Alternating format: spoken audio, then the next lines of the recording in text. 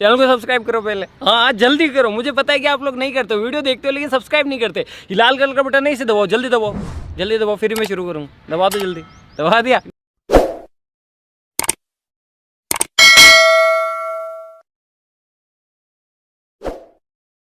मेरे प्यारे दोस्तों, नो पॉलिटिक्स प्लीज में आपका स्वागत है। तो दोस्तों, इस समय देश की जो सबसे बड़ी खबर वो ये है, बाढ़ के अलावा, कि भीम आर्मी के संस्थापक चंद्रशेखर आजाद उर्फ रावण के ऊपर गोली चली। जी हाँ, अज्ञात हमलावरों ने सहारनपुर के देवबंद नामक स्थान पर उनकी कार पर गोली चलाई। गोली जो है उनके पेट को छूते हुए पीछे की सीट में जाकर धंस गई और एक मामूली सी खरोंच के साथ उस गोली ने चंद्रशेखर आजाद उर्फ रावण को आईसीयू में पहुंचा दिया। और जनाब, वैसे तो ये बड़ी हल्की सी एक खरोच सी थी, लेकिन उसको इतना बड़ा मुद्दा बना दिया गया है कि आज सारे राष्ट्रीय चैनलों में चंद्रशेखर आजाद उर्फ रावण ही नजर आ रहे हैं। तो आइए चलते पहले देखते हैं कि ये चंद्रशेखर आजाद उर्फ रावण हैं कौन। देखिए, इनका जन्म जो है 3 दिसंबर 1986 को, इनके पिता जो थे दलित बहुजन अधिकार कार्यकर्ता हैं और ये अपने आप को अंबेडकरवादी कहते हैं, और ये भीम आर्मी के सह संस्थापक और राष्ट्रीय अध्यक्ष भी हैं। और सबसे बड़ी बात यह है कि देश विरोधी टाइम मैगजीन, इन्होंने 2021 में चंद्रशेखर आजाद उर्फ रावण को 100 उभरते नेताओं की वार्षिक सूची में शामिल किया था कि जो भारत का भविष्य संवार सकते हैं। अब आप समझ सकते हो कि इनके तार कहां कहां से जुड़े हुए हैं। खैर, ये सहारनपुर उत्तर प्रदेश में पैदा हुए और हेमवती नंदन बहुगुणा गढ़वाल विश्वविद्यालय से इन्होंने एलएलबी किया, वकील भी हैं। लखनऊ विश्वविद्यालय से इन्होंने बीए किया था। इन्होंने अपनी एक राजनीतिक पार्टी भी बनाई हुई है जिसका नाम है आजाद समाज पार्टी। खैर, उस पार्टी का नाम नहीं आता है, सिर्फ भीम आर्मी का नाम आता है। भाई, आर्मी बनाई है तो कमांडर भी यही होंगे। खैर, कहा जाता है कि ये शादीशुदा हैं, वाइफ इनकी वंदना कुमारी हैं, और इनके जो माता पिता हैं वो भी एक मतलब बहुजन नेता के रूप में थे। एक सरकारी स्कूल में प्रिंसिपल थे इनके पिता। अब आप समझ सकते हैं कि सरकारी स्कूल वो कैसा रहा होगा जहां पे कि इनके पिताजी जो प्रिंसिपल थे। खैर, इन्होंने अपने आप को दलित आइकन के रूप में स्थापित किया हुआ है और तेज तर्रार शैली के लिए जाने जाते हैं। और अब क्या है कि इनको एक अपनी पहचान की जरूरत थी, तो इन्होंने, इनके दो मित्र थे, सतीश कुमार और विनय रतन सिंह, उसके साथ 2014 में भीम आर्मी बनाई थी।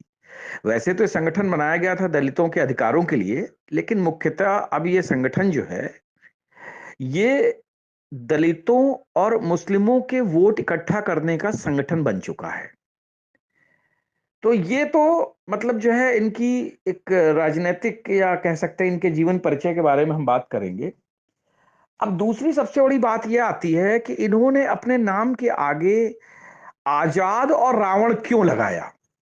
देखिए, जैसा कि आप जानते हैं कि चंद्रशेखर आजाद एक बहुत बड़े महान क्रांतिकारी थे जिन्होंने कि अंग्रेजों के विरुद्ध देश की स्वतंत्रता संग्राम में भाग लिया था, और एक बहुत बड़े कांग्रेसी नेता की गद्दारी की वजह से इलाहाबाद के अल्फ्रेड पार्क में उन्होंने अंग्रेजों से मुकाबला किया, और जब एक गोली बची तो उन्होंने कहा कि मैं आजाद हूं और आजाद ही रहूंगा, और यह कहकर अपने आप को गोली मार ली थी। तो ये तो था चंद्रशेखर आजाद का परिचय। लेकिन जैसा कि आप सभी जानते हैं कि चंद्रशेखर आजाद एक ब्राह्मण थे, उनका टाइटल तिवारी था।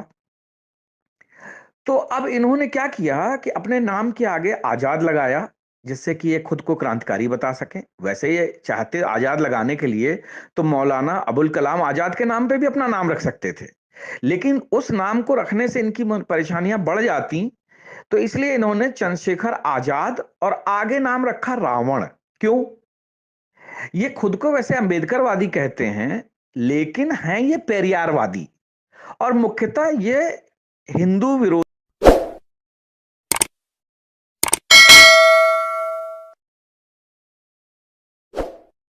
विरोधी या सनातन विरोधी एक नेता हैं, जिसने कि विशेषकर ब्राह्मणों या ये कह सकते हो सवर्णों को नीचा दिखाने के लिए, क्योंकि रावण किसी भी सनातन धर्मी के लिए प्रिय नहीं हो सकता, तो इसलिए इन्होंने उनको नीचा दिखाने के लिए, अपनी परिवारवादी मानसिकता को दिखाने के लिए अपने नाम के आगे रावण जोड़ लिया। और चंद्रशेखर आजाद इसलिए रखा क्योंकि चंद्रशेखर तिवारी के नाम पर इन्होंने जो है एक ब्राह्मणवादी व्यवस्था को नीचा दिखाने के लिए ये सारा कार्य किया, ताकि ये बहुजनों को, बहुजन मीन्स दलितों को और मुस्लिमों को अपनी तरफ कर सकें, और इस तरह से इन्होंने अपने नामकरण को अंजाम दिया। तो अब आप समझ सकते हैं कि इस इंसान की मानसिकता कैसी होगी। अब सवाल दूसरा उठता है कि एक मतलब इनके पीछे है कौन। देखिए, ये बात गाहे बगाहे जाहिर हो जाती है कि चंद्रशेखर आजाद उर्फ रावण के पीछे उत्तर प्रदेश की समाजवादी पार्टी का हाथ है।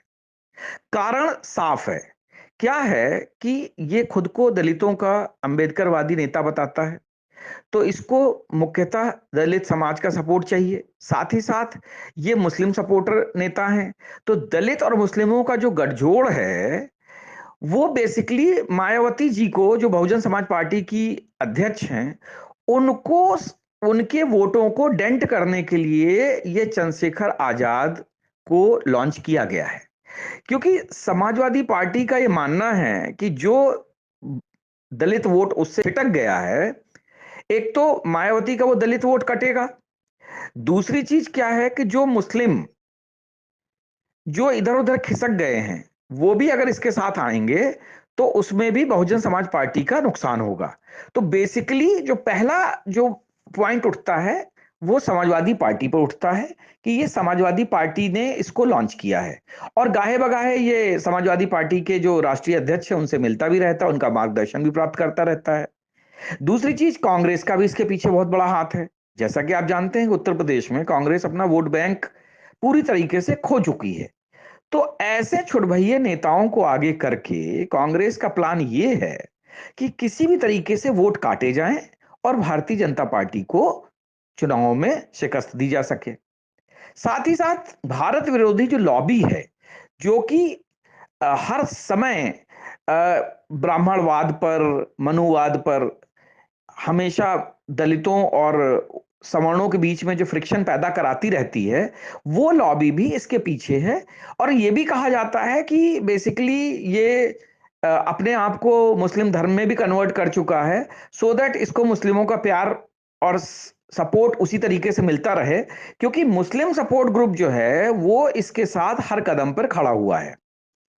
तो ये लोग ऐसे हैं जो इनके पीछे हैं, और इसी कारण से ये धीरे धीरे आगे बढ़ रहा है। जैसा कि आप सभी जानते हैं कि not only in Uttar Pradesh, जब बल्कि पूरे भारत में बहुजन समाज पार्टी दलितों की एक सबसे बड़ी पार्टी है। और बहुजन समाज पार्टी की संस्थापक कांशीराम और बहन मायावती ने बहुजन समाज के लिए बहुत कार्य किया है, और आज भी उत्तर प्रदेश में उनके द्वारा किया गया शासन और उनके द्वारा किए गए विकास कार्यों की सराहना हर कोई करता है। क्योंकि मायावती जी एक ऐसी नेता थी कि जिन्होंने कभी किसी का भाव नहीं किया और सभी को साथ लेकर वो चली, और उनका प्रशासन, शासन आज भी उत्तर प्रदेश में एक सुशासन के लिए याद किया जाता है। और साथ ही उन्होंने जो लखनऊ का विकास किया, नोएडा का विकास किया और अन्य जगहों का जो विकास किया, वो तो एक अतुलनीय विकास किया ही उन्होंने। सो मायावती को टक्कर देने के लिए और मायावती के वोटों को काटने के लिए भीम आर्मी की स्थापना की गई और चंद्रशेखर आजाद उर्फ रावण जैसे लोगों को पिच किया गया। अब सवाल उठता है कि भाई इन पे हमला क्यों हुआ।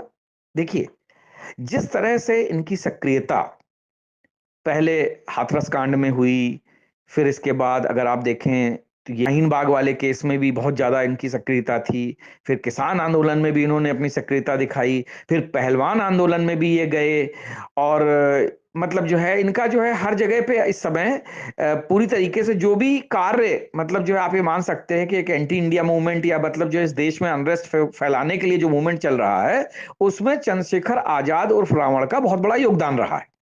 तो अब साहब क्या होता है कि जो नेता बड़ा बनना चाहता है, जिसको अपना भौकाल बनाना होता है, तो उसको सरकारी सुरक्षा भी चाहिए होती है। क्योंकि ऐसा भूतकाल में देखा गया है, बहुत सारे नेताओं ने अपने ऊपर हमला करवाया ताकि उनको जो है सरकारी सुरक्षा मिल जाए। और अब येन केन प्रकारेण इस सुरक्षा को प्राप्त करने के लिए इन्होंने अपने ऊपर, ऐसा कहा जा रहा है कि यह हमला पूरी तरीके से प्लान था, सुनियोजित था। आपको याद है चुनावों से ठीक पहले एक बार ओवैसी के ऊपर भी हमला किया गया था, इसके बाद उनको जो है एक सुरक्षा मुहैया करा दी गई थी सरकार द्वारा। तो कोई भी नेता हो, वो छोटा हो चाहे बड़ा हो, उसको सरकारी सुरक्षा की चाह बहुत ज्यादा रहती है। क्योंकि क्या होता है, जब काले कपड़ों में डटे हुए कमांडो अगल-बगल चलते हैं, तो उससे उस नेता की औकात और उसके भौकाल का पता चलता है। तो चूंकि अब ये राष्ट्रीय स्तर पर जो है अपना अंबेडकरवादी एजेंडा या पेरियारवादी एजेंडा, आप तो जानते होंगे पेरियार जो थे वो हिंदुओं के बहुत बड़े विरोधी थे, या यूं कह सकते हैं हिंदू उनके लिए बहुत बड़े दुश्मन थे।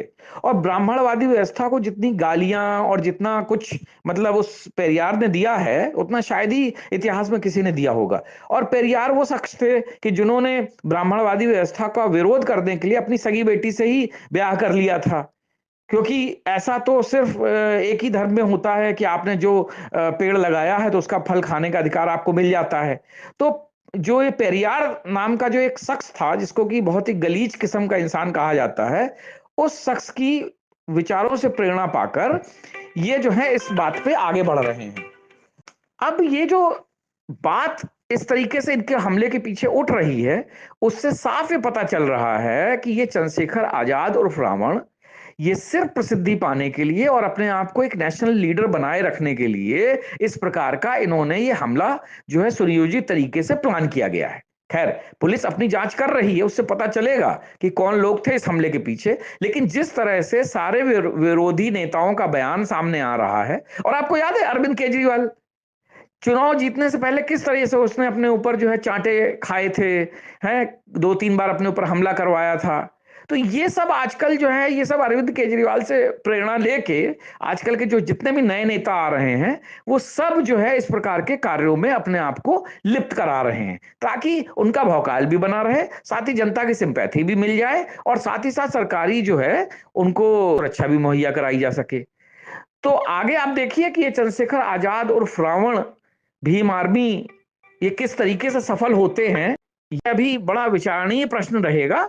लेकिन देश की राजनीति 2024 से पहले न जाने कितने तूफानों के भंवर में पड़कर उठेगी गिरेगी, ये सब आप लोगों के सामने घटित होगा।